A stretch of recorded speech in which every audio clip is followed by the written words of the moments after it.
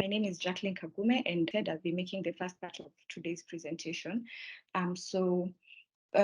We are today trying to unpack the 2023 budgets with regards to the judiciary, specific analysis of the Parliament's budget, and the institutions that are listed under Chapter 15. So we have two independent offices, that's the OAG and the Office of the Controller of Budget, as well as 10 commissions. So that's what we'll be doing. As Ludo has stated, we go to the outline of the presentation. And I will basically highlight or discuss the objectives for why we are doing this analysis and why we think it's useful to track the budgets of these particular institutions. As John has mentioned, IEA does an annual, or part of our core work, or the oldest piece of work that IEA has been doing over the years, has been tracking budgets, the general annual budgets, but increasingly over the years, we have also done a separate, the CLE program has done a separate budget analysis, looking at other institutions, because the bulk of the budget, as you're all aware, is mostly implemented or executed by the executive. But then we feel that it's useful to look at the budget of the other institutions, and I'll provide more detail about the objectives shortly, and then look at some of the contextual issues that have informed the formulation of these budgets. And then I will conclude with an analysis of the judiciary's budget for this coming fiscal year. Then Leo, my colleague, will discuss Parliament's budget, as well as the other agencies, independent offices and commissions that I've mentioned. And then he will discuss with us what are emerging from our view as key messages, and what recommendations we'd make in particular for effective or efficient budget implementation. So that's the outline of our presentation. In terms of the objectives, why is it necessary to track the budgets? So the first one is that it's to raise public literacy on annual budgets, which in our view, the IEA has always said that it's one of the budget document is one of the most significant policy documents that is provided by or issued by the government. If it's not the most significant, it's actually among the most important. And again, in line with IEA's mission, we seek to raise public literacy on important economic policy issues, basically to inform, to have more informed public participation and to have more informed decision making. So as John has mentioned, we've been seeing in recent debates, a lot more people coming to discussions on the budget, a lot more interest elicited, and we think that it would add value when people engage on a basis of information and with evidence and facts, and are able to increasingly just dissect those numbers. So as IEA, we're very glad when we see this happening, and we hope that not only will we be having this engagement on the larger budget, but even for other institutions that are quote unquote smaller institutions or marginalized in this case, we'd hope that we'd have more people engage and do a little more advocacy in terms of supporting these institutions, because they have very critical mandates that are spelled out by the Constitution, which do not always necessarily align with the resources allocated to them. So then the other reason is basically for us to be able to try and demonstrate the role that budgets play in the execution of the functions of these institutions. And for instance, we will see on the role of the budgets in terms of facilitating administration of justice when it comes to the judiciary, then the roles of legislation, representation and oversight, to what extent the budgets facilitate the implementation of those functions by Parliament, and then protection or provision of rights by the different institutions, agencies rather, independent offices and commissions. So that's the second. Then the third is for us to try and demonstrate and it's linked to the previous, to demonstrate the influence that these budgets have on the efficiency and effectiveness of the performance of the institutions. And then linked again to this objective is to what extent do budget decisions help in advancing good governance? And here it's basically our intention to attempt to demonstrate that the nature and the size of budgets of the different institutions has various implications with regards to good governance. For instance, in making those institutions determine certain priorities. So in terms of prioritization, in terms of consideration of public welfare when they are allocating the resources and what services they will align their resources to, in terms of equitable distribution of the available resources, and other similar considerations. So in a nutshell, that's why we thought that it would be useful to track these budgets and then to do an analysis and shed some light on this. Then we go now to the contextual issues that have informed the formulation of this current budget. And here, it's basically to highlight the background in terms of preparation of the 2023-24 budgets that we are looking at. I'll just highlight this briefly because for those of you who are able to attend IEA's public forum on Monday, our PFM program did a good job at just breaking it down, the environment in a lot more detail. But for those of you who are not able to attend that meeting, it's useful just to reiterate that this, even reading the policy documents, the budget documents themselves, they acknowledge that it's been prepared against a background that is largely indicative of a fiscal crisis. Of course, they don't use the word fiscal crisis, financial crisis or fiscal crisis. That's our summary of the reading. And we call it a crisis not to try and exaggerate, but because some of the indicators or what we see is that it highlights or it denotes some serious fiscal constraints. The preparation of the budget has been against some serious financial constraints. It's basically the reality of our current fiscal space. And so what are the issues that we note? So we'd like, even as we discuss and see what allocations have gone to the different institutions, that we have in mind that first, it's a known fact that we've had a steep rise in inflation over the last year, with the inflation rates surpassing the upper usually limit of about 7.5%. I think in March we got to a high of 9.23%. And then this inflation, it has been aggravated, of course, by the depreciation of the Kenya shilling that we've seen against the dollar, which has in turn other implications in terms of the increased cost of goods, and particularly increased cost of imported goods, implications on debt service cost, among other issues. So that is part of the background that we have in terms of formation of this budget. And then the other thing that we see is other than the rising inflation and the decline in the Kenya shilling, we've had a slowdown in our economic growth. Of course, I think even from the budget policy statement, the growth rate that had been indicated was subsequently revised, has subsequently been revised in the estimates because even the National Treasury is aware that there's likely to, we are likely to continue to see slowdown in the growth of the economy.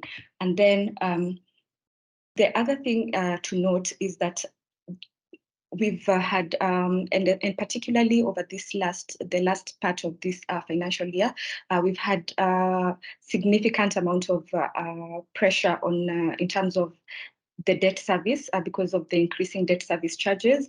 A lot of during, I think, around April and March and April, we've had quite a significant amount of pressure in terms of the repayments that have had to be done.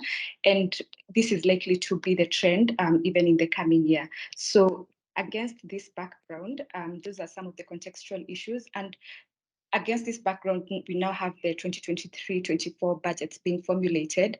And from what we see is that usually when we have this amount of pressure on the fiscal space, the institutions that have the lowest bidding power and political bidding power in terms of formulation of budgets usually tend to take the biggest hit.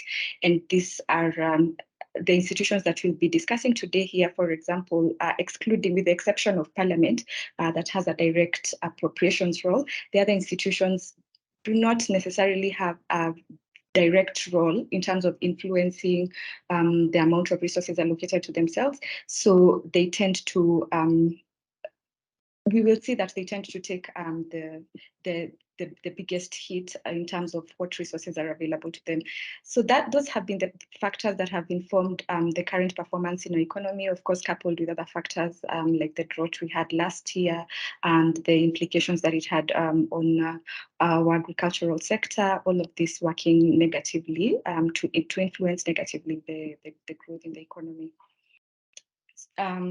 So then the last thing, before I proceed, the last thing is even, again, when we look at the allocations vis-a-vis the current government's priority areas, the institutions that we'll be discussing today are nowhere near the top list of priorities for the current government. They've made their development agenda very clear.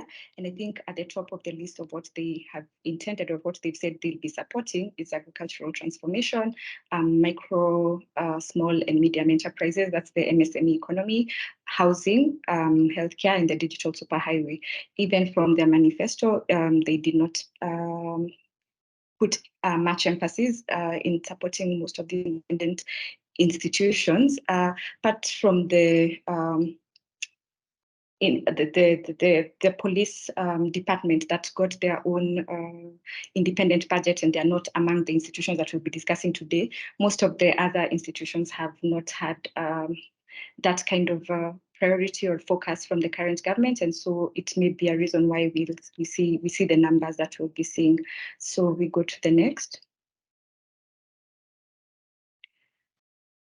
So now, in terms of looking at we go now to the actual budget of the judiciary, and in this table, we start by looking at to dissect the judiciary's budget. We start by looking at the budget performance of the judiciary over the last 3 years. And this table here basically provides a summary of the approved budget over the last 3 years versus the actual expenditure.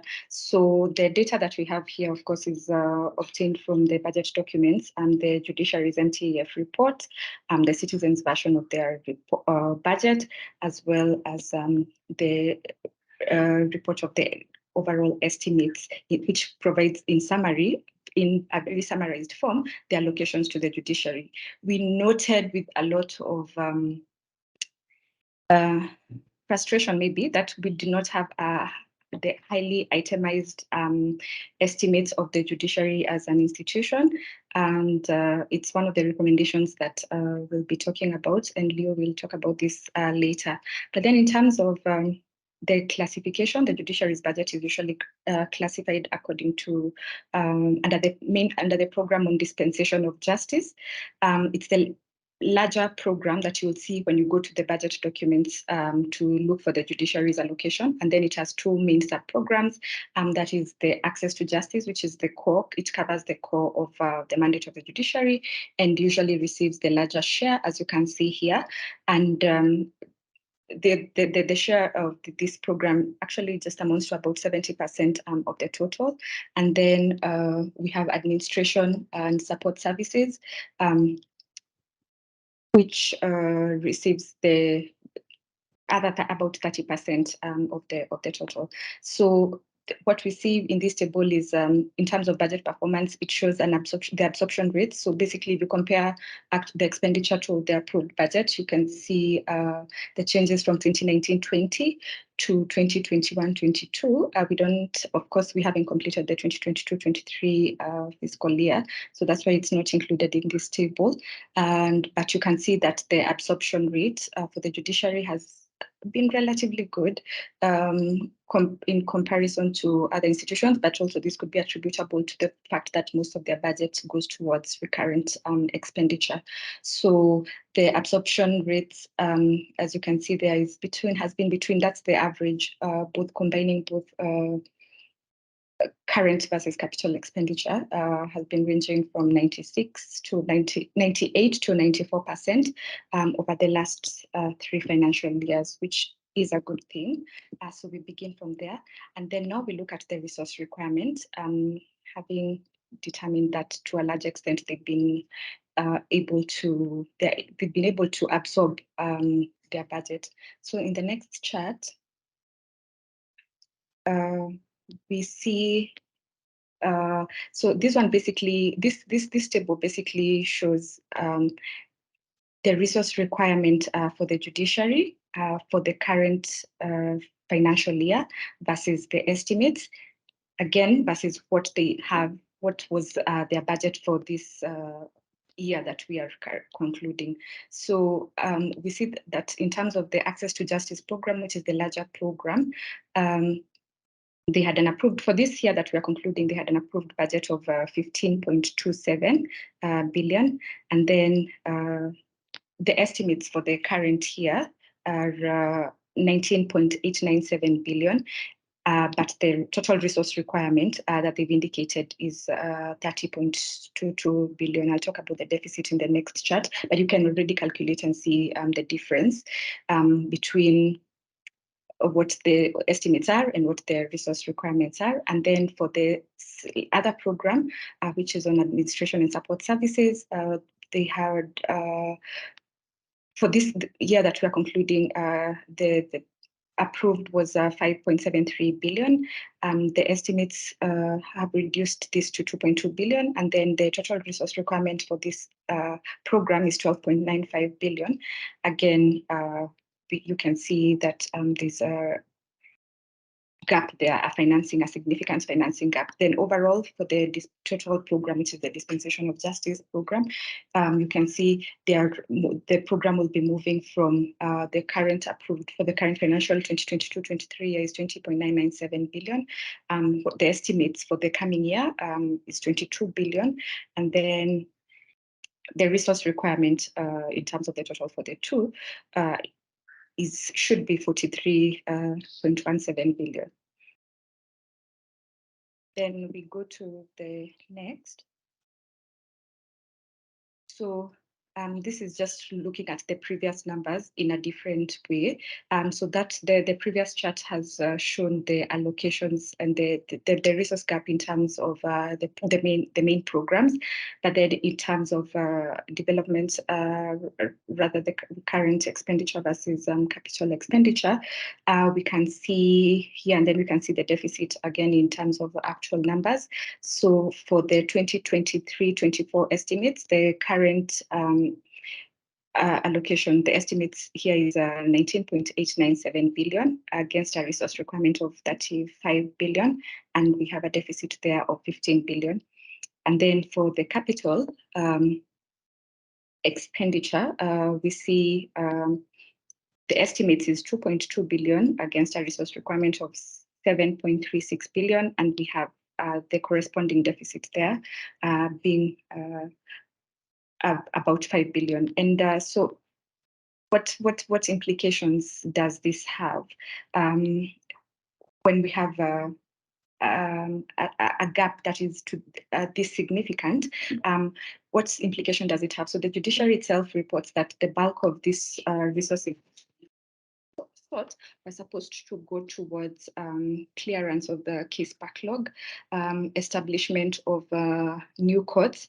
There's a number of courts magistrate courts that they mentioned in the MTF report that have been that have not yet been operationalized because of the lack of resources. So that is a clear implication of the inadequate funding for this matter. They've also listed facilitation of special benches and circuits, mobile courts. I think they still are arguing for an increase towards the small claims courts, purchase of motor vehicles for judges and court stations, which I think has been an issue of debate recently. The issue of the motor vehicles, but they have acknowledged, they have listed it there as among the things that are among the reasons why they are requesting for additional resources, and then recruitment of additional staff, and then maintenance costs. So basically, I think they can be able to demonstrate what implications, for instance, when courts are not completed, when IT infrastructure is not properly installed, and the automation processes for courts drags on, what implications does it have on service delivery or administration of justice? So I think that's the implication of that resource requirement gap. So we go to the next one. Yes, and now the other thing that we note from our analysis of the judiciary's budgets and the implications of the gap, I would also like to add here, and I know most of you who are here probably were part of the other discussion that we had when this program undertook a study on costing the consumer mandate of the judiciary, and just understanding the political economy analysis on resource allocation for the judiciary as an institution. We established, or we tried to find certain metrics to calculate or to establish what would be adequate funding for the judiciary, and of course established that there are serious ramifications for inadequate allocation. So the other thing that we note from this inadequate or from the resource gap that is here is the issue of pending bills. I know a lot of the MDAs have, a number of MDAs have been reporting the persistent pending bills as a critical PFM violation and a critical PFM issue that most of them have been experiencing. So it's not different from the judiciary. It's recorded in the MTEF budget report, and as well as the Auditor General has also been flagging out the issue of pending bills over the last, for the last 3 financial years, they have a recurring issue of pending bills. What varies is just the amount, and it's significant as we point it here. So we've classified the pending bills here according to the MTF report as they have. So those that are due to lack of exchequer for the 3 financial years, you can see the movement. So from about 357 million to in 2019-20 to 208. Then you can see those that are due to lack of provision. Then you can see the pending bills that are due to the total pending bills. And then you can see, well, at least the rate of reduction between 2019, the reduction in rather the clearing of those pending bills between 2019-20 to 2021-22. So we raise this because we feel that it's a significant issue. We do not yet have the complete numbers for 2022-23, but those budget gaps or the gaps in financing, of course, translate to this pending bills and related issues, which again have an implication in the service provision with regards to dispensation of justice. Then next we go to just to demonstrate this. So the report itself, again, just to demonstrate the implications of the inadequate funding or the funding gaps that we have. The budget reports have mentioned, for instance, they have highlighted some instances where we've had there are many unpaid court awards, and these are just 3 of the ones that have been highlighted there, and you can see there are significant amounts from 2018. The first one is from 2018, around 545 million, and then the next one, 2019, and there are many more. These are just highlights that we've picked from this report. And basically, the judiciary attributes this non-payment to the inadequate funding. And the implications for this is the judiciary could incur even more expenses if unpaid or unsettled. They could incur even more expenses in terms of generating interest rates or just basically the lack of settlement of these payments is basically likely to aggravate the budget situation or the budget issue at the courts. So in summary or in closing, these are some of the key highlights that we saw in the current budget of the judiciary.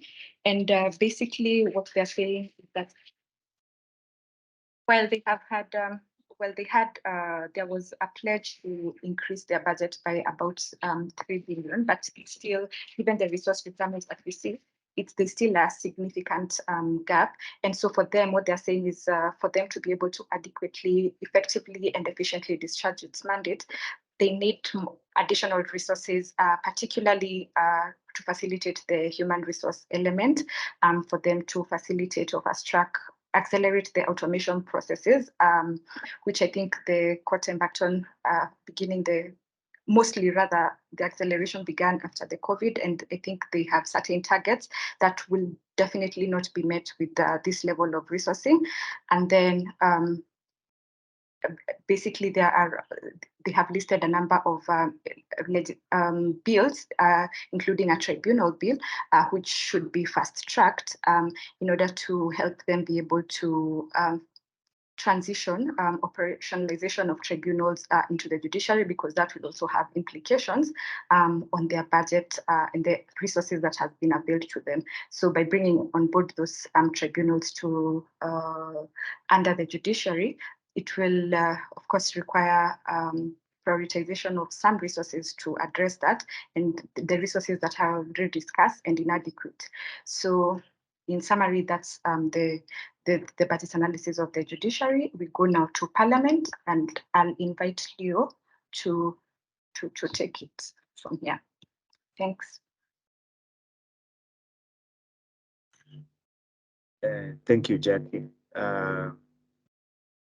So we discuss the budgets of Parliament and constitutional commissions together with the other independent officers of Auditor General and the control of budget. So my apologies, I have a little bit of a call. My name is Leo Kemboy. I work together with Jackie for the Constitutional Law and Economic Program. Parliament's budget this year is coming down in the next financial year, will come down to 40 billion from the 50 billion, 50.6 billion, out of which the recurrent expenditure is 38 billion, development is 2 billion. That drop is because Parliament had already factored in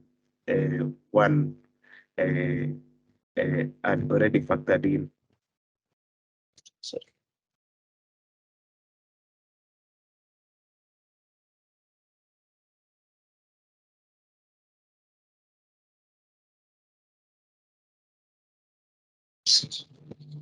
Parliament had already factored in the handshake that is normally given to members of Parliament who had already lost in the 2022 election. So in real terms, Parliament's budget from this current financial year has grown by 1 billion, from 38 to 40 billion.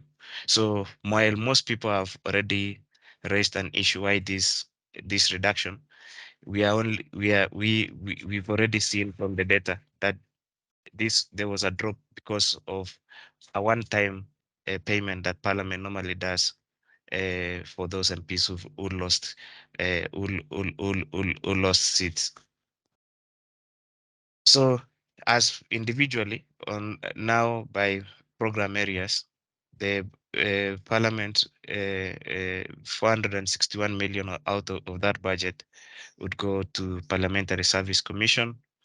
The Senate would receive 6.8 billion, the National Assembly 24 billion, and the Parliamentary Joint Services 8.6. The National Assembly, while the National Assembly receives 61% of the entire budget, if you compare it by establishment costs, which is to say, to take the National Assembly's budget and divide it by members of Parliament together with the Speaker, you get that each has a budget of 69 million. For the Senate, comparatively, while it receives only 17%, for the 67 members of the Senate, including the Speaker, the establishment cost per senator is 102 million. And generally, the general comment that we have for Parliament resource in terms of resource distribution is Parliament does not necessarily have a problem with resource gaps or deficits. While those might be aspirational, these resources are enough to provide the best service.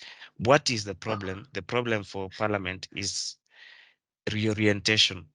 For example, how efficient would the committee services would the committees of Parliament function effectively? How efficient could Parliament, for example, utilize these resources to ensure efficiency in the budgetary oversight? Those are kind of questions. It's more of on the institutional setup and on the institutional side rather than on the resource side. Because as you look at these numbers, we compared. Jackie has spoken about the study we did we did two studies. One of them is the political economy of resource allocations to the judiciary, and also the costing the mandate of the consumer mandate of the judiciary. We examined the growth in budgets between the three arms of government, and we noticed one thing, that national assemblies, the parliament, both houses of parliament, the Senate and the National Assembly, growth patterns in resource almost matches with the executive, while other institutions, commissions, and the commissions and the judiciary has lagged behind. Now we discuss the issue of the resource allocations for the Office of the Auditor General. If you see the chart, in that chart, there's a column on resource requirement, budget allocation, what was allocated for each year for those 5 years, from 2017-18 to 2021-22, and then the next column shows the shortfall, and the shortfall has ranged between 3.4 billion, 2.25 billion in the 2021-22.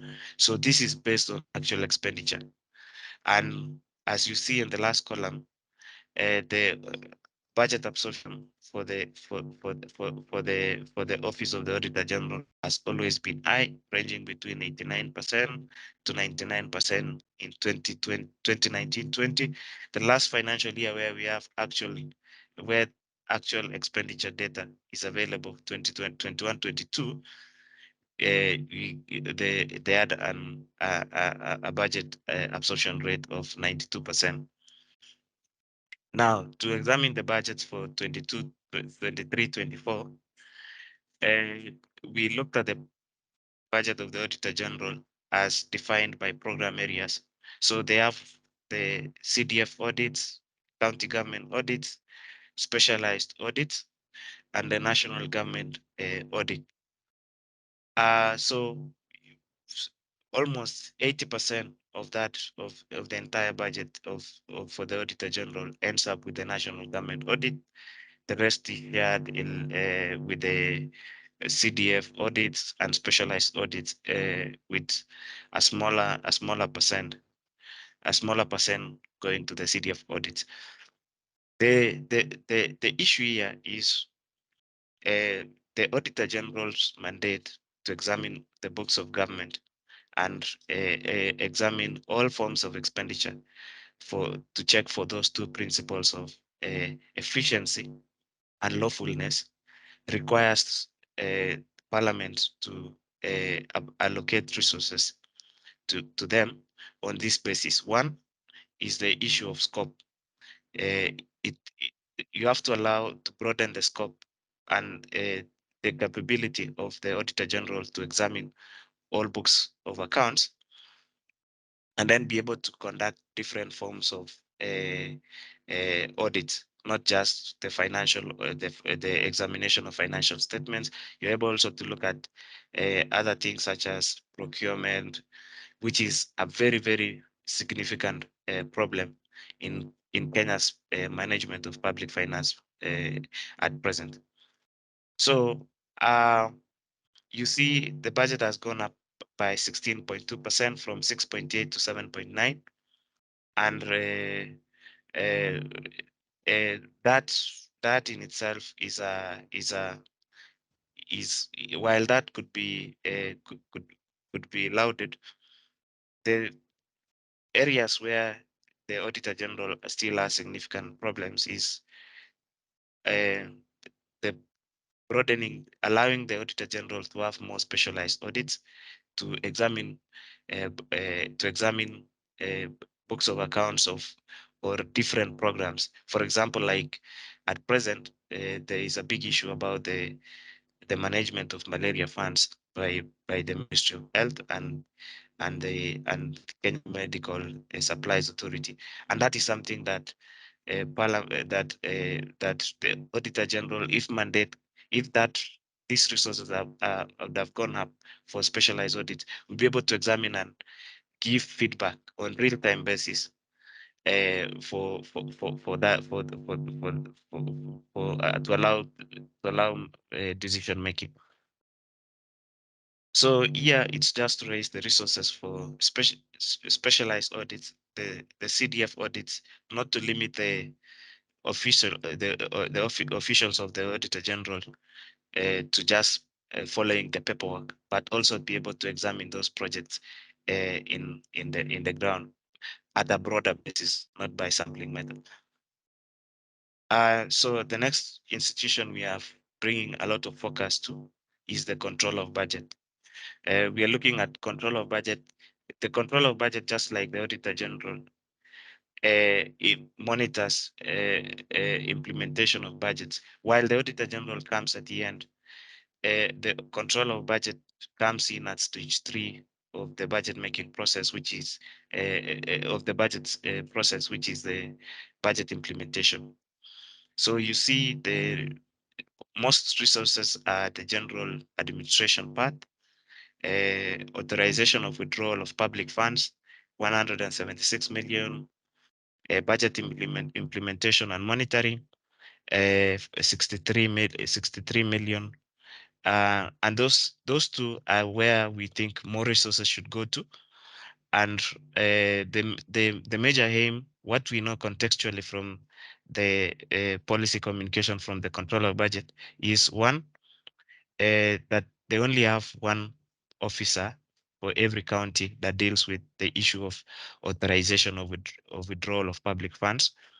Secondly, all documents have to come to Nairobi, and the control of budget has expressed wishes that that process could be automated to allow more fast, timely checks. Secondly, to allow it even predetermines how conditions you one if one, for example, one county is supposed to submit some level of that you have different stages. As people supply documents, they move to a different stage towards authorization. It would help with a lot of checks. And then most importantly, traceability. And then it also brings certainty in that process. So they're looking for case management as the management system, but most importantly, to increase the number of staff in counties, and also to be able to have more broader exercise, broader oversight mandate, implementation on budget implementation and monitoring.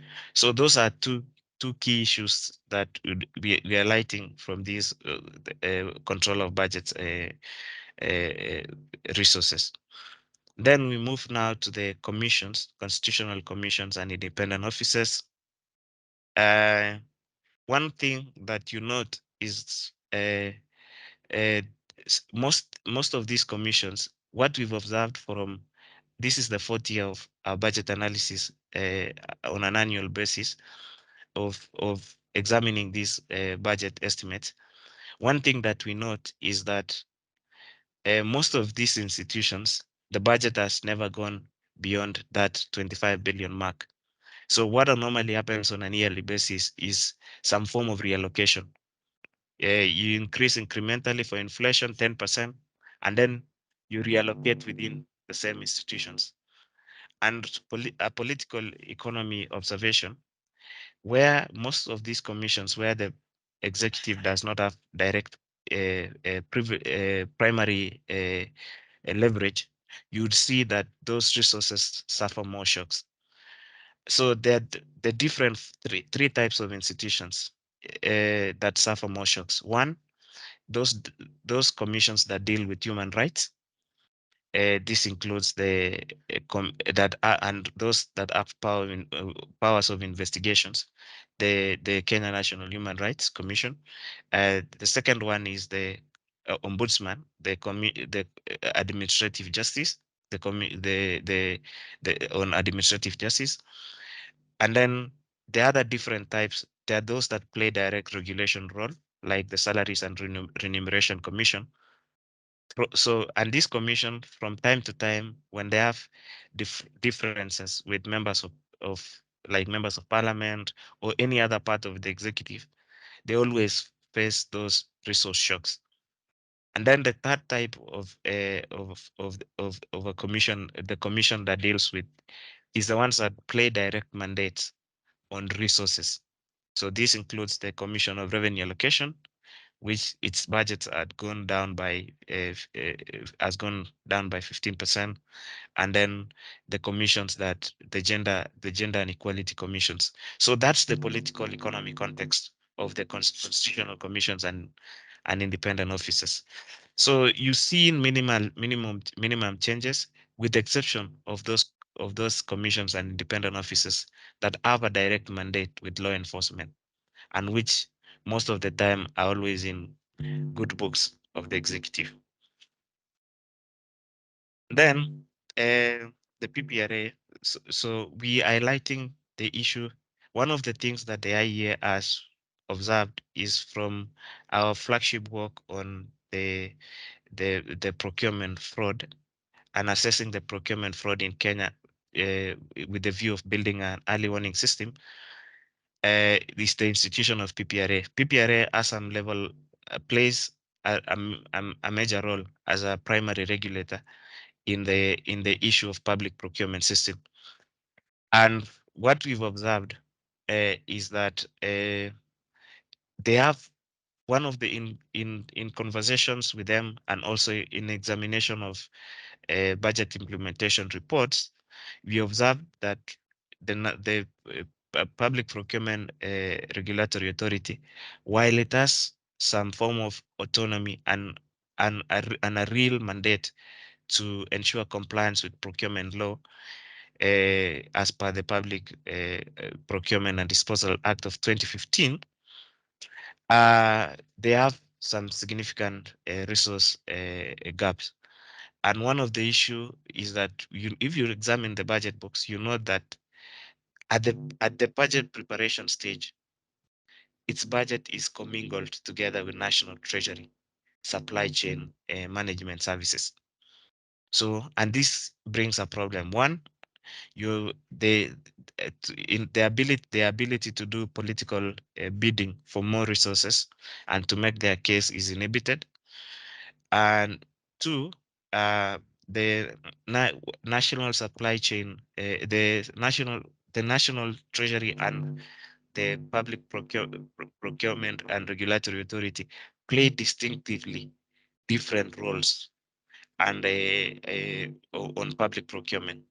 Treasury's role more is more on regulation on control of public money, but PPRA's role is more on compliance side, and that those two, in terms of if you are to do political bidding and also make a case for resource allocation, those two would be different mandates. While they might have the same outcome and the same impact, they don't have the same. That's not the same.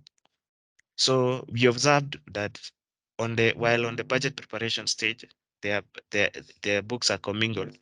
Uh, on the other side, on the implementation side, their books, the control of budget reports those budgets as different.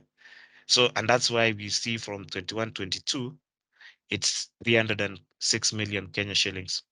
So if you think about the functions of PPRA to check that compliance, to run the portal, to issue those reports to government, to parliament, to follow up with all those several MDS, you realize that one of the things is the scope of work is not that the scope of those resources does not meet does not meet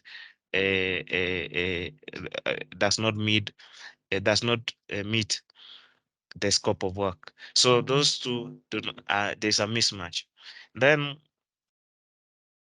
resource needs lower the scope of work, especially on the regulation side and checking compliance. And we not need further to elaborate that one of the things that the Constitution of Kenya requires on public procurement is that it needs to advance, that you can use public procurement to advance economic policy goals, and this would include also to those who've been left behind. So the PPRA has a deeper, like the kind of work that be required and what is in the from the legal standpoint and the resources being offered. Actually, the supply chain management services for National Treasury is much more bigger and more resourced than the PPRA.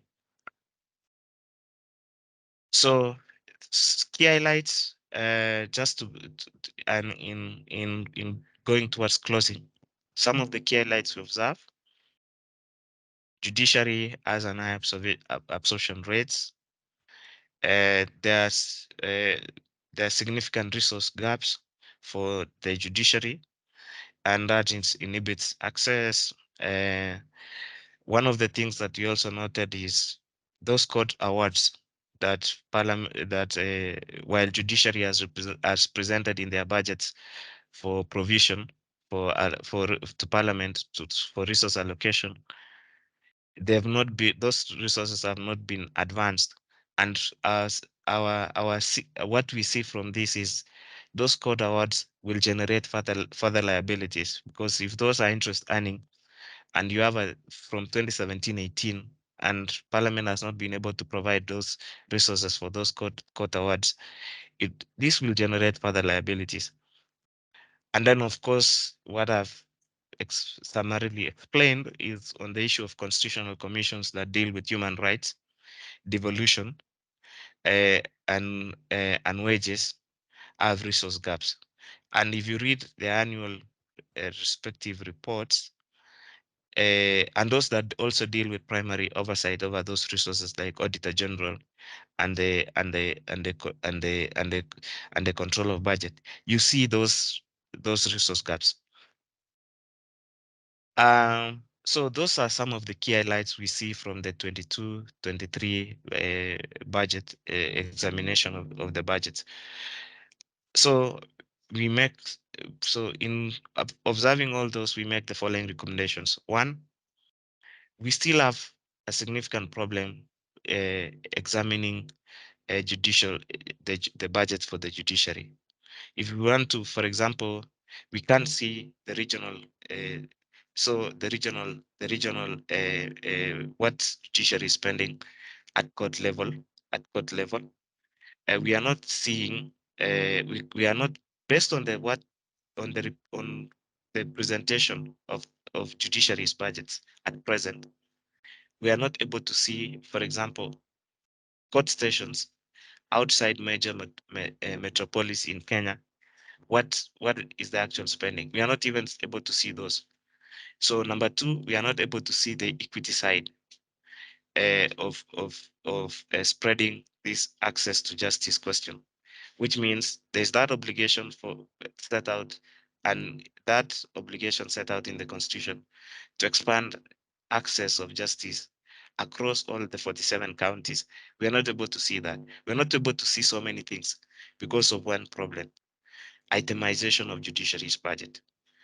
The National Treasury publishes budget books for the executive, and you're able to see at the item level what, for example, the executive office of the president would spend, or Ministry of Interior, or and this is a budget transparency question.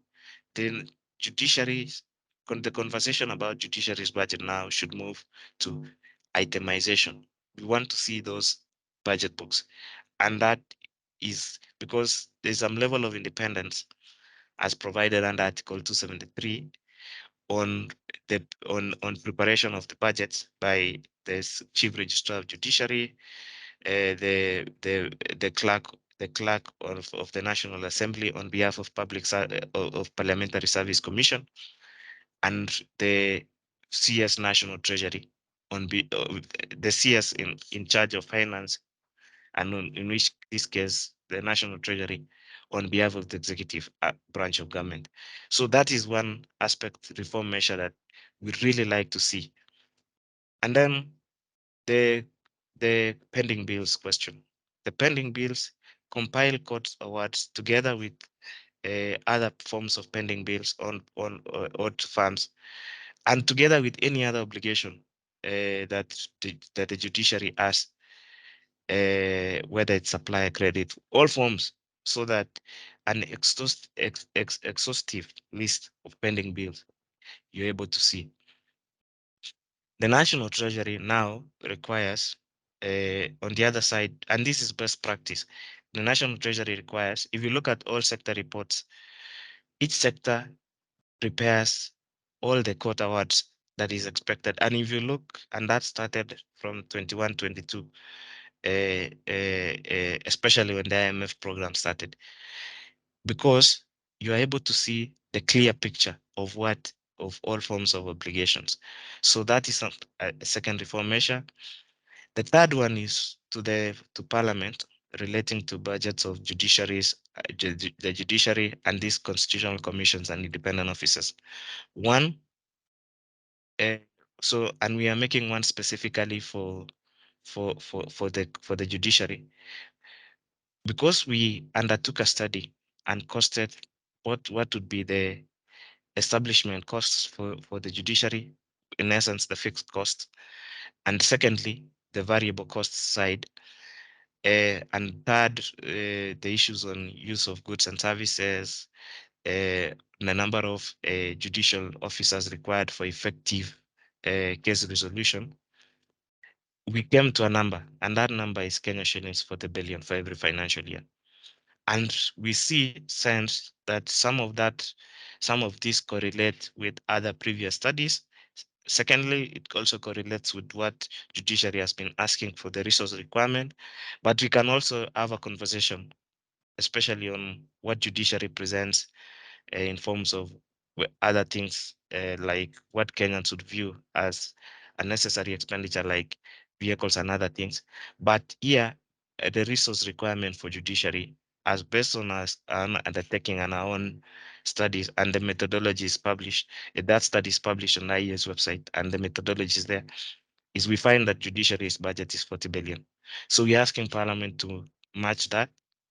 We'll also be providing as part of IEA's final memo to Parliament, although few things can change here at this place. and in the subsequent engagement. So we're also asking for those resource gaps that Parliament should examine those resource gaps that the commissions have provided forward, and those independent officers with a view. So, for example, corruption in the last 9 years has become a runaway problem in Kenya. If you look at the functions of Auditor General and the way that office was delegated to the back, and the functions of control of budget, relates to primarily managing the PFM system from leakages. And that is something that that by Parliament walking away from resourcing those institutions effectively, it actually contributed largely to the problem of runaway corruption that we have now. And that's a problem. And that you can see even with PPRA, that is supposed to examine compliance, ensure that those firms that commit all these kind of problems are effectively debarred, just cleaning up the procurement market in Kenya.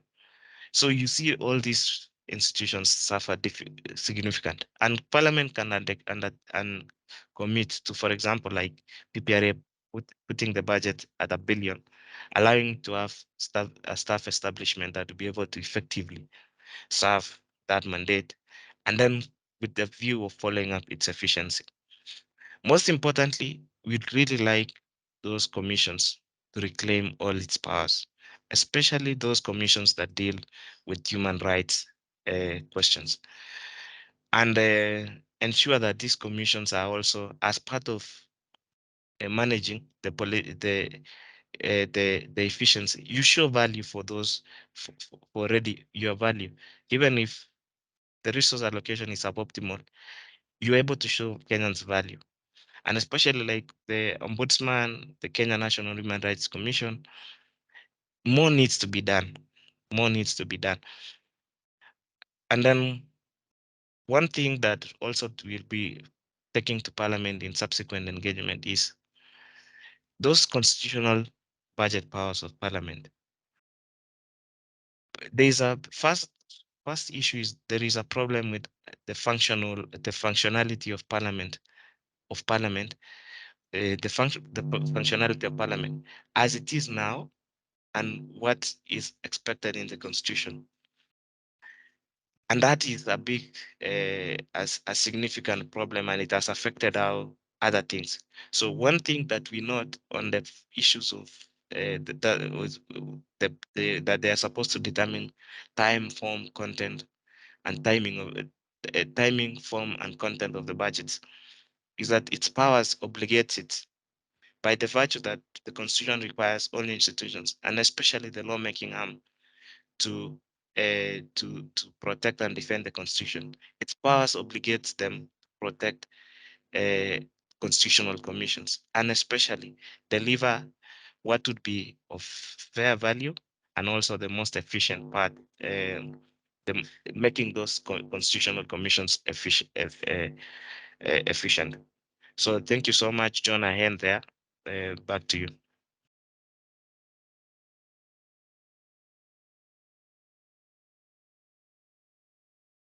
Okay, thanks, Kemboy and Jackie, for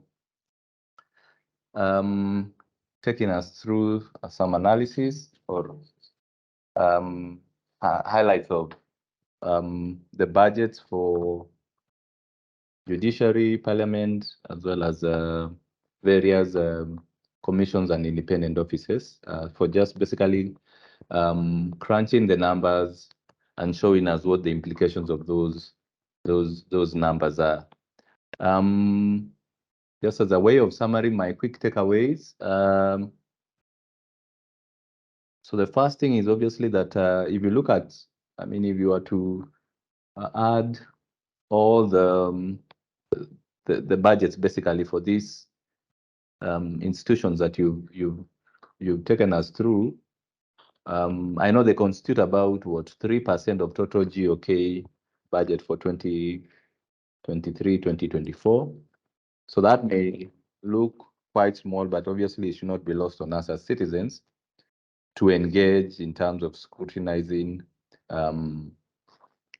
these budgets. Obviously, these institutions are very important in terms of in the roles that they play in relation to governance, addressing corruption, and accountability. So yes, their budget may be almost negligible, insignificant actually as a relative to the entire GOK budget, but the role that they play is quite important, especially in regard to addressing the runaway corruption that Kenboy alluded to.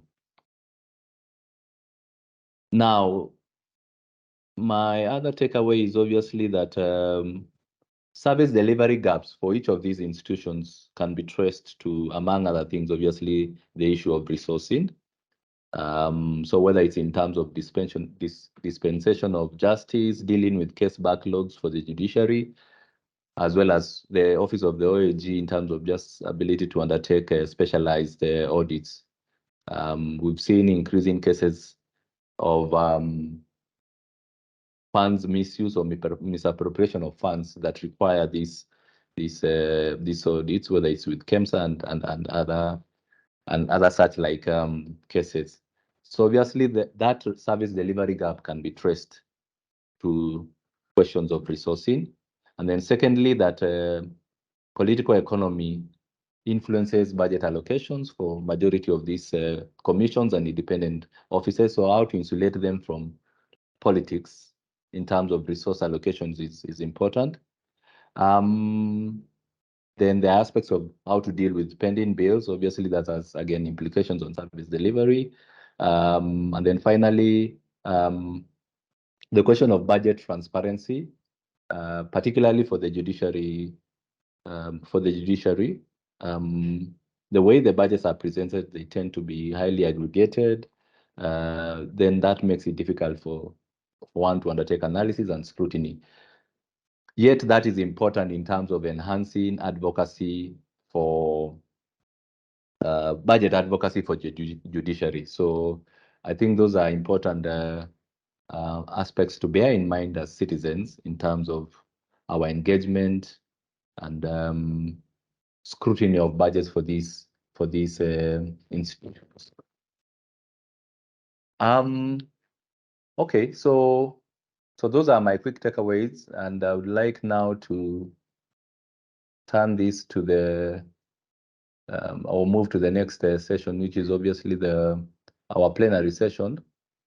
So I would like to invite our participants to share whatever comments or questions they may have. And you can channel your questions to either of the two participants.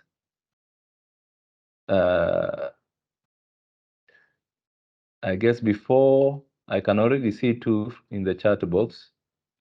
So I'd like to invite our participants to unmute. You can either raise your hand or just unmute yourself and basically introduce yourself and pose your question to any of the two participants. I mean, two speakers or presenters.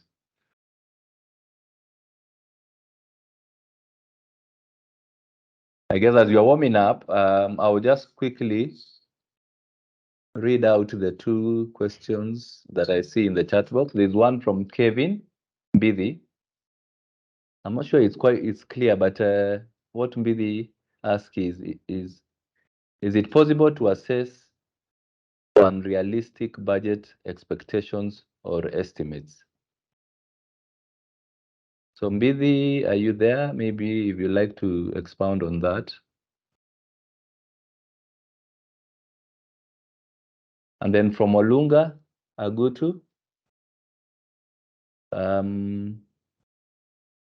So let's see, is Mbidi? Mbidi, yeah, please just unmute yourself and pose your question, maybe expound on your question. Yeah, when the speaker was taking us through the judiciary and the underfunding that is going on, I just had a question on whether you could identify which agency is supposed to check on whether the budget estimates submitted in the first place are not unduly increased or poor allocation is done for I'm sure you've seen media reports about the cars that have been bought for some of the top officials. So is there someone or an agency, or has IEA done anything on the unrealistic or poor allocations of expenditure and estimates? Okay. So thanks for that. I think both Jackie and Kimbo have noted that. I see a hand. Let's see. What's this? Dominic, yeah, you can unmute yourself. Can you hear me? Yes, please go ahead. Okay, my question was based on the incentives that the judiciary may have. Let's say if it's a high conviction rate. If the conviction rate they're targeting a high conviction rate, and high profile cases need way more budget allocation for them to crack down on it. Will it also affect the justice delivery? Because now they will have to target smaller cases that are way easier to handle rather than these other big cases that drag on for months, years, and also may take much of the budgets allocation in settling them. Thank you. Thanks, Dominic. Jackie, I hope you captured that.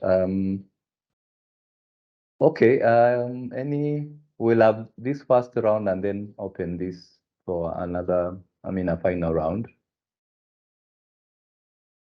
Let me go to the chat box.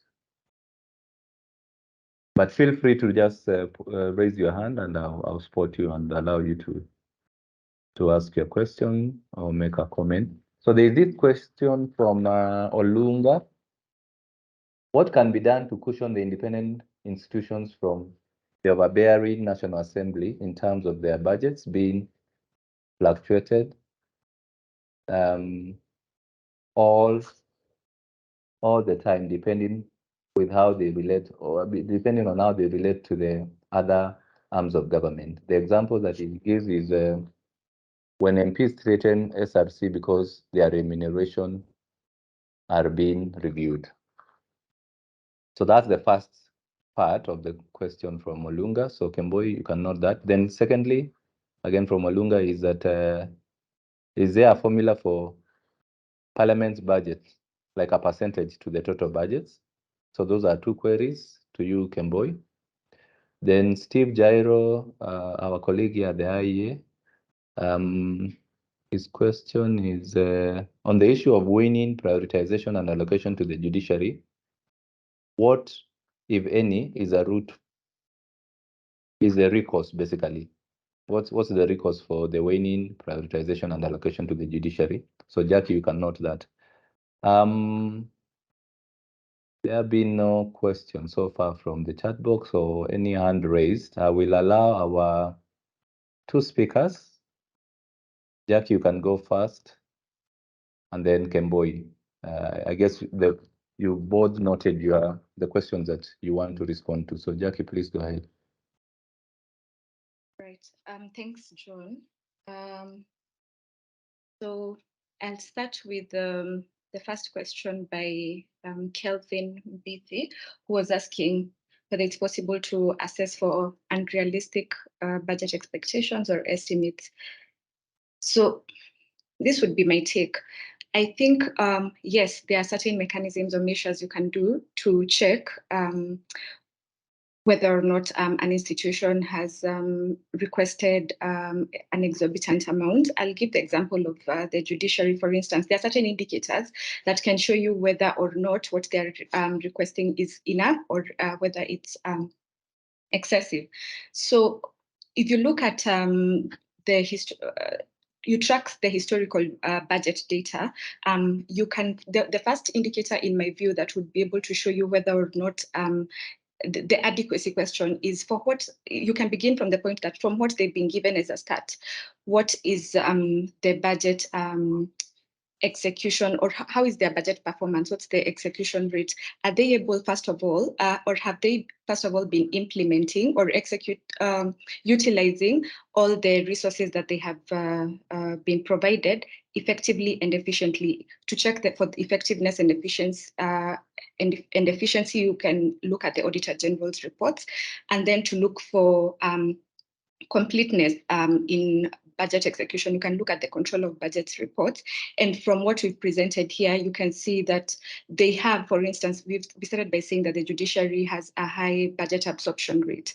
So that's a start. It's not the only metric. Then, having looked at that, you can then look at their service delivery, for instance. Are there things that have been a lag, or are there certain service delivery features that we can see are obviously affected by the adequacy or inadequacy of the budget? The judiciary is a simple one to look at, because, for instance, the case clearance rate, the case backlogs that they have can show you. And again, this is by reviewing historical data. You can go back and check. Is it, are they making a reasonable claim by asking for additional resources? Because they can demonstrate that by having this number of professionals or human resource, that by having this level of resourcing for the human resource, they're only able to clear this amount of cases. I think looking at the historical data, you can tell and see that this they still make a reasonable claim by asking for additional resources. Now, the other thing that you can look at is, for instance, the infrastructure development. What is proper, for instance, what distribution of courts across the country and across counties? Have we been able to meet that? Are the resources that they are provided adequately able to achieve that? And I was just looking at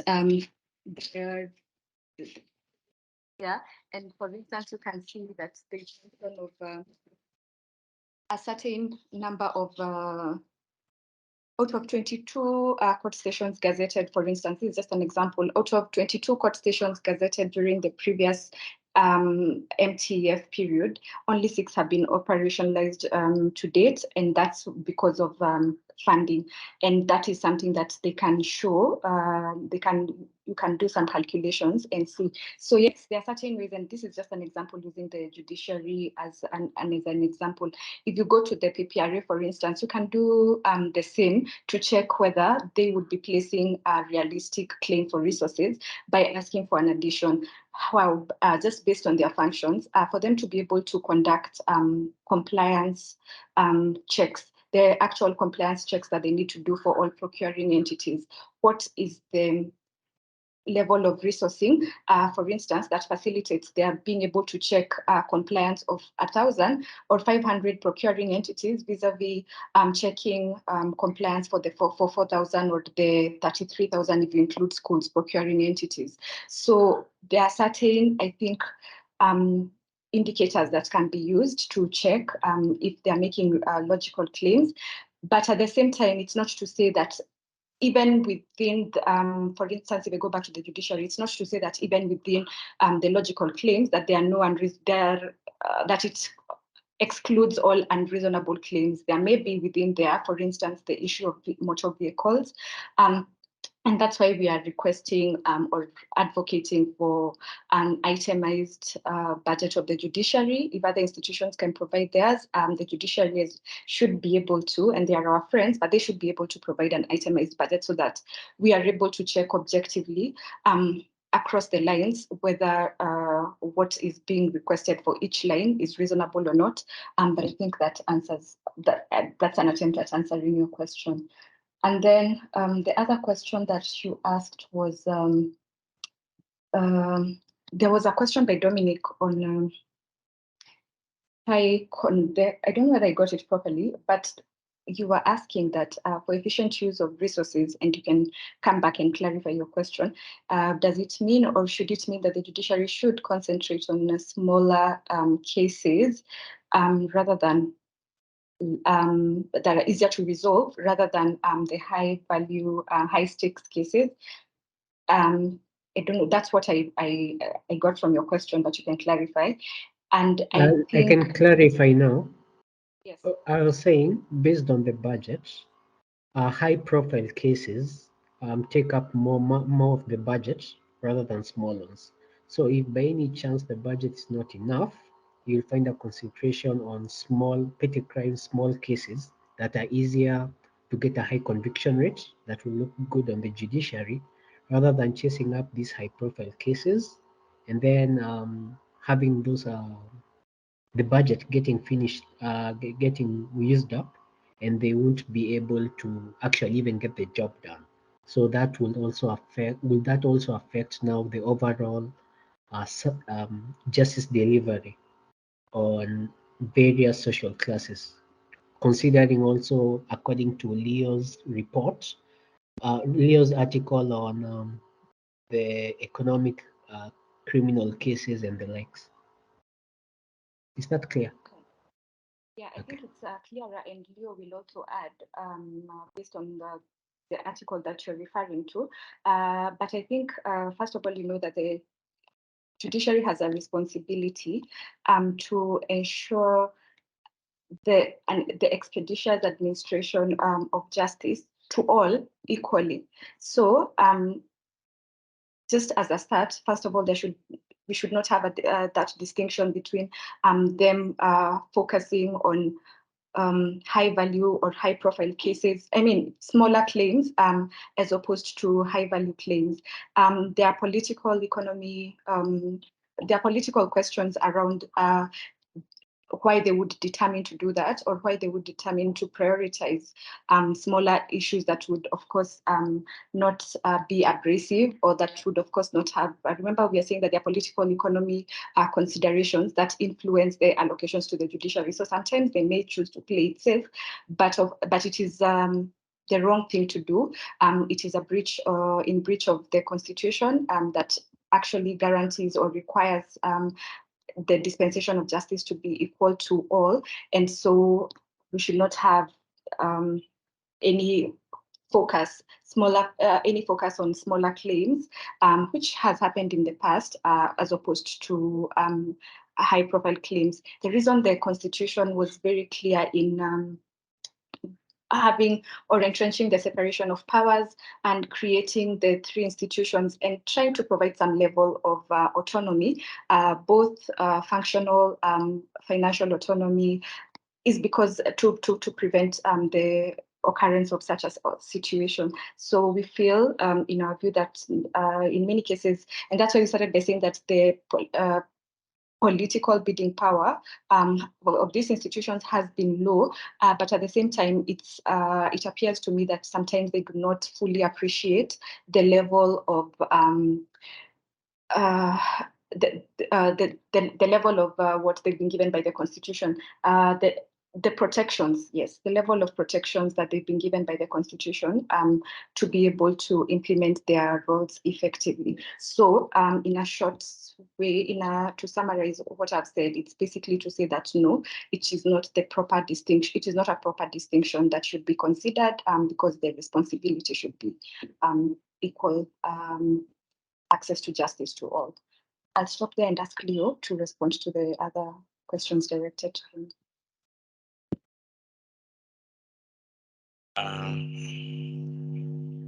So the question by Olunga, that independent officers, what can be done to cushion independent officers from the overbearing National Assembly? And this is a case that we all need to make, and that there is real value, there is real economic value when these institutions are able to respond effectively to case resolution, and case resolution, investigate human rights, better regulation of public sector wages, all these other forms. effective budget implementation and monitoring. And those are that is the argument that we really need to take this back again to the what actually was the intention of the constitution in creating these bodies, and what economic value today would an effective, for example, control of budget bring to public sector finances. So that is what we need, that needs to be done by all stakeholders, from now think tanks like us, civil society organizations, everybody, the media, and that this is something that we really need to reframe the question. And we hope that part of, as Jackie mentioned, as part of the objectives of this is to what would we do to reframe this question? How do we reframe this question again? Because MPs can only follow us if they can face the political, they can see the argument from both economic and and that will change the political direction. So it's reframing the question. Now, on the question about the formula for Parliament's budget, and just speaking now from political economy, it's always what MPs want. Yes, for example, they wanted all those payments that usually would be fed through 5 years, done in one single financial year, just immediately after the new parliament has been reconvened. They put it in the budget. So for them, it's because they have those powers. Uh, uh, they put it in the budget, and that's a problem. So it's not like there is certain formula. What we've seen is just like all government agencies, the budget for National Assembly has increased incrementally between 11 and 25% on an annual basis for the last 10 years since 2013. And you can see that directly from the books. So, and that's a problem. So it's just like mostly like a wish list. On the question by Kelvin Beatty, the argument I made in the blog was that it's judiciary is always overlooked in the criminal justice system. But what the law enforcement action should be for especially crimes of that are conspiratorial in nature, like public procurement fraud, is to use incentives to apply that. But judiciary in itself has to be a fair arbiter. They don't determine the cause of those cases. Mostly those cases, it's on basis of evidence, and Kenya's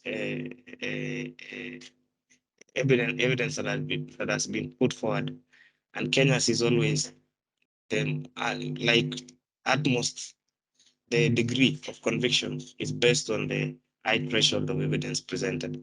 So the problem in law enforcement is not on the judiciary side; it's on those agencies tasked with the prosecution side. So that was the essence of the argument I made. Not necessarily that that judiciary asked wants these high court cases, these court cases to these high conviction rates and that kind of a thing. They want to resolve case. A case resolution does not necessarily lead, for example, because there are two sides of cases. There is one part that is civil, and then there is another part that is criminal. And then for those criminal cases, a resolution might mean acquittal. So for them, it's effective. What we are looking at is case resolution, not like to conviction or we are looking at both sides, that whether it's an acquittal or conviction, because always an unfair decision will always end up in an higher court. So definitely we don't have largely that problem. Then, but the main issue that I think I get from you, especially when you mentioned the issue of the vehicle, iron vehicles and that kind of a thing, is there's a public perception in Kenya that judicial officers live very well, and they drive big vehicles. from the cities, the E series, those E series and the rest. And then already there's a public uproar on the CJ sufficient car and that kind of the thing. It's upon judiciary, and this is the thing that we've really been emphasizing, that as part of building your own case for resources, you like justification on those different kinds of spendings, whether it's an iron vehicle. For example, we've and economics tells us, for example, that if you are in a place where there is an IED, and a judicial officer has to go to court every day to resolve an issue, buying an APC, an armored personnel car, would be actually good use of money. Good use of money. So it's that economic part, and the way those arguments are advanced is basically that has basically led to judiciary's inability to make those cases, to make that argument. So it's not necessarily a question of what the plan for judiciary is. Once you have these resources, what other reform measures do you introduce on the rules side to allow that institution to effectively? So what Olunga is asking is, as regards the budget, we need to relook the role of the control of budget beyond just giving reports. It needs to reflect on the ongoing process and future engagements. Kemboy, you can note that and maybe make a comment. And then he gives that example that I don't know how they are related, but yeah, the worst example is that the office could approve the payment for carcinogenic wheelbarrows, but couldn't stop it. Then I also see, is it RK? So what RK is asking is, with devolution, are we going to see budgeting devolved? I don't know what, RK, are you in the chat? I mean, are you in the, maybe you could elaborate on your question. I hope you're still with us. RK.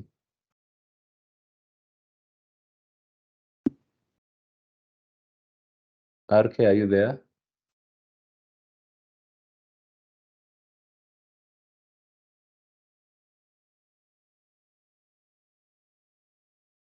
Okay, so Kemboy, please, if you want to weigh in on Olunga's comment, and then you can make your final remarks. There is one additional question from RK. So he's asking, what is our view on oversight funds to the Senate? Is it another national government CDF? Is it similar to national government CDF? Oversight fund to Senate. Yeah, maybe Kembo, you can respond to those two and make your final remarks, and then Jackie also, if you want to respond to any of those questions or comments, then also you can do that and make your final remarks. Thank you. So Kembo, please go first.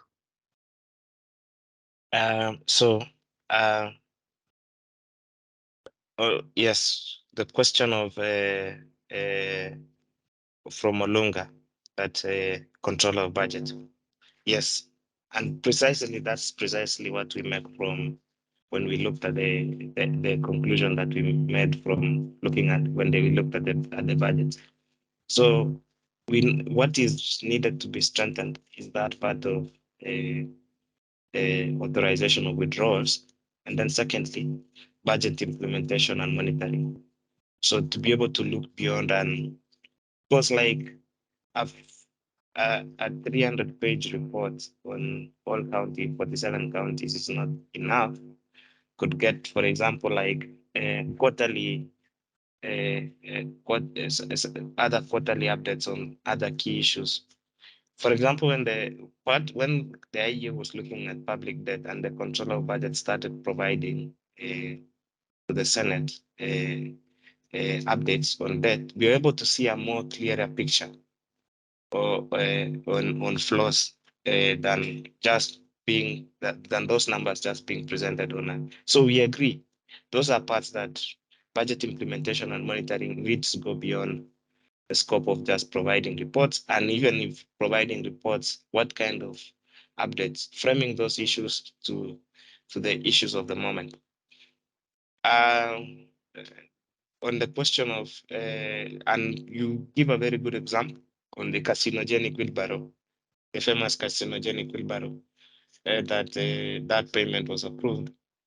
So yeah, a greater scrutiny, and we so as part of ensuring that this flagship project of the IEA on analyzing budgets for judiciary, those independent officers and commissions, we'll be looking at other things like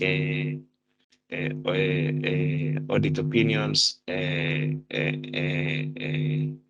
if like general effectiveness, and looking at the annual reports to see those, because what they are asking now as part of policy communication is that from their policy communication is that they want that to automate the process for and to give more scrutiny across different levels, so that you don't just bring documents, condensed documents at the end, and then that signature is the last thing that you're looking for. That by the time those physical documents get to Nairobi, we're able to see a different perspective of yeah. So I agree with you, and that's the thing that's the what was intended of the control of budget. The question from RK is whether devolution, we are going to see budgeting devolved, and you explain further to say that that budgeting devolved. So in the context of the issue of control of, from the National Assembly and taken to county assemblies to table budget, so they do, but in the context of the issue of control of budget, the controller of budget is asking for additional resources to be able to have, they only have one support staff across the 47 counties, to be able to strengthen that team so that you can be able to get more results. On the issue of oversight fund to the Senate, and whether it's another NCGDF sort of, those are clever ways to cannibalize the constitution. And the legality of CDF. If the CDF as it is cannot continue to operate with MPs being those directly in charge of those projects, and that that it itself violates the principle of separation, the doctrine of separation of powers, because MPs have constitutional budget powers. They already have an earmark of 2.5% of the budget for their own for CDF. So they already have incentives to expand the budget and to make it bigger. And that's a problem, because if you have an earmark of 2.5% for MPs, which the constitution never gave them those executive functions of the executive, they already have a prerogative and an incentive to see that this budget grows, even when the budget should be held to constant numbers. So you see, that's a problem. Just introducing one for the Senate will be a big problem also, because generally the only thing that MP should contend with is their own budgets, and then have more oversight directly over them. If they want, there's a case to have a CDF in place as an equity measure, and then to also work directly for those services like education and infrastructure. Then have a specific authority that manages that, but without direct management of the by MP, even though they say they sit in those committee, the CDF committee as a patron, and do not have a vote. That's a problem. So generally, if we allow that, the Kenyan constitution to be cannibalized, which is a presidential system, and which is a presidential system, and on the other side, the National Assembly, the both houses of parliament, the bicameral legislature is supposed to look at, to examine budgets, approve budgets, ensure direct oversight. If we cannibalize the constitution, it gives more powers to the person who will be sitting at the top as the president and fettered access to so many other areas. So CDF as it is definitely unconstitutional, and is, as the Court of Appeal and the High Court has already observed, there are like a third layer of government. So we have the county, the CDF, and the constituency, and then the national executive, which is pretty bad from all angles. If you look at the constitutionality, the effect of earmarks on the budget, and effects of earmarks on debt, effects on earmark of that earmark of the CDF as an earmark. So if you look at it's pretty wrong from all angles. And the most important constitutional principle is the doctrine of separation of powers. Yeah. So yeah. And Lunga has added a question about use and value for money, well demonstrated in budget review outlook paper and demand. So through IFMIS, first, as IFMIS as it is should be junked.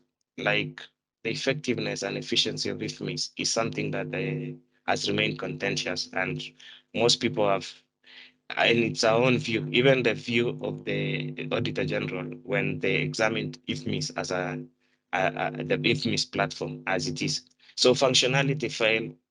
It was not a system that you could rely on it's not a system that you can rely on to effectively dispense public funds. So there are a lot of accountability also.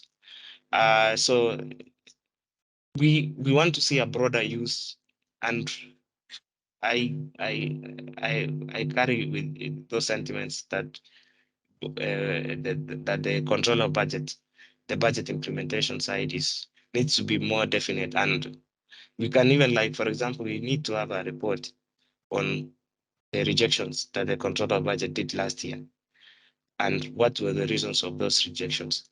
What is the approval rate, for example? So there are more questions, and maybe we need a different webinar to discuss generally that issue of budget implementation and monitoring from a legal and from a law and economy perspective. So my final comments is, we are heading in the medium term. We really need to see Parliament making independent decisions, and especially on budget, on the budget, because the leverage by executive arm, especially the agency responsible for budget formulation, for budget consolidation, the National Treasury, and control of public money, the National Treasury, is too huge on the entire public finance management system. And directly, those political anecdotes you start to see, you are seeing with how Parliament treats institutions that deal with human rights, regulation of public sector wages, and also regulation, direct oversights of resources like the Controller of Budget and Auditor General, is something that will recur, and that will keep recurring unless Parliament is able to step away and be able to make these kind of independent decisions. So, and we see the things that we see now, the runaway problem of corruption, the runaway, all these other things come from the function of Parliament. And it's not a resource question for Parliament, it's more of a rules-based approach, that and the institutional setup as it is. Because while the other the constitutional configuration changed, the Parliament did not, as it is and the way they function, did not significantly change. Perhaps maybe the functions of the speaker and the way it was before the other, but the configuration and its abridged version of executive and parliament is still in place. You can still see it, and that is the configuration that needs to change for all these other institutions to survive. And that's a big problem that really should be brought forward now, because we are in the presidential system, And in a presidential system, there is no opposition. The opposition is parliament. The concurrence of all these decisions is something that you see. And in my concluding remarks, and I submit humbly that parliament is a mess, whether it's the financial mess, the procurement fraud, all these issues stem for the fact that parliament at one point directed its role in one side or the other. And those are things that a broader conversation needs to happen. Thank you so much. Back to you, John.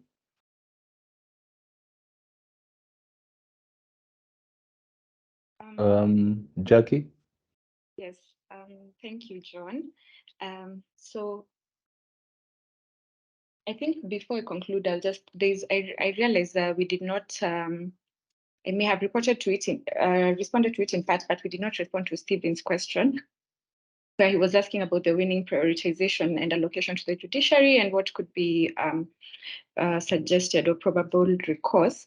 And I think to me, what I would, or the discussions that we've been having today and over the past 2 years or 3 years or so, is to be able to amplify the voices of all stakeholders around the adequacy of the judiciary's budgets to help them make their case. They need to be a little more transparent with their budgets. They need to engage other stakeholders and provide some evidence-based arguments on why. You've even had in this forum a question regarding how do you determine if what they're asking for is adequate. So there's need for them to provide some evidence-based arguments, both to the public to build their case, but also more importantly to Parliament, who have the singular role of ensuring those appropriations in order to ensure that they can convince them or they can show their case is informed by data and is not informed by other considerations. So that is primarily what I would say. We have not been keen advocates for putting a cap or just, for example, like a certain percentage threshold that should go to the judiciary.